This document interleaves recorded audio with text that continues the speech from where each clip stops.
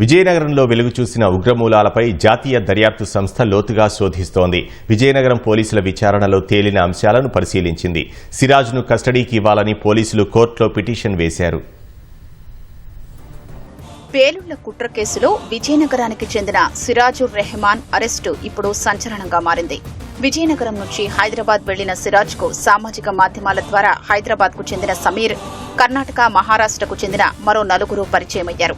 సమాజంలోని ఓ వర్గానికి అన్యాయం జరుగుతోందని, వారికి న్యాయం జరగాలంటే ఏదో ఒకటి చెయ్యాలనే నిర్ణయానికి వచ్చారు. ఆ తర్వాత వారు హైదరాబాద్, ముంబై, ఢిల్లీ సహా పలు ముఖ్య పట్టణాలకు వెళ్లి కొందరిని కలిసి వారితో సంబంధాలు ఏర్పరచుకున్నారు. తమ కార్యకలాపాలు బయటకు పొక్కకుండా సిగ్నల్ యాప్లో సిరాజ్ బృందం ప్రత్యేకంగా ఒక గ్రూప్ ను ఏర్పాటు చేసుకున్నట్లు తెలిసింది. అందులో మాట్లాడుకుంటూ ఏడాదిగా కార్యకలాపాలు నెరిపారు. సిరాజ్, సమీర్ ను అరెస్ట్ చేసిన పోలీసులు వారి సెల్ ఫోన్లు స్వాధీనం చేసుకున్నారు. సిగ్నల్ యాప్ గ్రూప్ లో ఎవరెవరున్నారు, వారెక్కడి వారు, వారితో లింకు ఎలా కలిసిందో పోలీసులు ఆరా తీస్తున్నారు.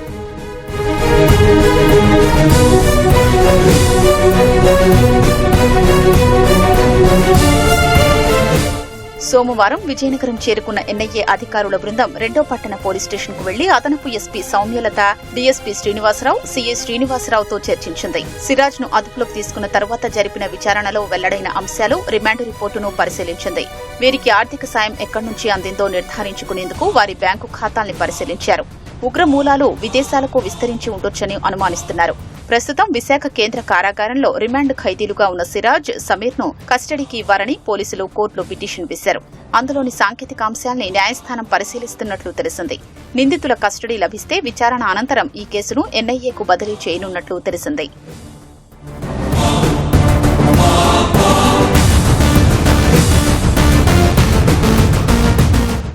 సిరాజ్ తండ్రి పోలీసు శాఖలో ఏఎస్ఐగా విధులు నిర్వహిస్తున్నారు. తన కుమారుడిద్దరిని కూడా పోలీసు అధికారులుగా చూడాలి అనుకున్నారు. 7 ఏళ్ల క్రితమే ఇంజనీరింగ్ పూర్తి చేసిన సిరాజ్ విజయనగరం జిల్లా కొత్తవలస మండలంలోని ఓ కంపెనీలో 4 నెలలు పనిచేశాడు. తర్వాత హైదరాబాద్ వెళ్లి 2018 నుంచి 2022 వరకు ఎస్ఐ కోచింగ్ తీసుకున్నాడు. కానీ ఎంపిక కాలేకపోయాడు. గ్రూప్ 2 కోసం 2 సార్లు ప్రయత్నించాడు. ఆ క్రమంలోనే హైదరాబాద్ బోయగూడకు చెందిన సమీర్, అతడి ద్వారా వరంగల్ కు చెందిన ఫర్హాన్ మొయినుద్దీన్, ఉత్తరప్రదేశ్ కు చెందిన బాదర్తో పరిచయం ఏర్పడింది. వీరు పలుసార్లు ఖిలావత్, జిహాదీపై చర్చించుకున్నారు. అల్ హింద్ ఇత్తెహాదుల్ ముస్లిమీన్ పేరుతో దేశవ్యాప్తంగా గ్రూపులు ఏర్పాటు చేయాలని నిర్ణయించారు. ఇందులో భాగంగా 2024 నవంబర్ 22న ముంబై వెళ్లి సుమారు 10 మందిని సిరాజ్ కలిసి చర్చించాడు. ఈ ఏడాది జనవరి 26న ఢిల్లీలో పలువురిని కలిసేందుకు వెళ్లినా వారు అందుబాటులో లేకపోవడంతో తిరిగొచ్చేశాడు. మరుసటి రోజు మండోలి వెళ్లి సల్మాన్ ఖాన్ అనే వ్యక్తిని కలిసి హైదరాబాద్ చేరుకున్నాడు. సౌదీలో ఉండే బీహార్ కు చెందిన అబూ ముసాబ్తో సమీర్, సిరాజ్ సిగ్నల్ యాప్లో మాట్లాడుకునేవారు. ఈ క్రమంలో తక్కువ ఖర్చుతో రసాయన పదార్థాలు ఉపయోగించి బాంబులు తయారు చేయాలని నిర్ణయించాడు.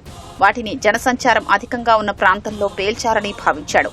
ఈ ప్రయత్నంలోనే పోలీసులకు పట్టుబడ్డాడు. ఒక ట్యాబ్ అల్యూమినియం పొడి, పొటాషియం నైట్రేట్, సల్ఫర్ పొడి, పీవీసీ గమ్ తదితరాల్ని పోలీసులు స్వాధీనం చేసుకున్నారు.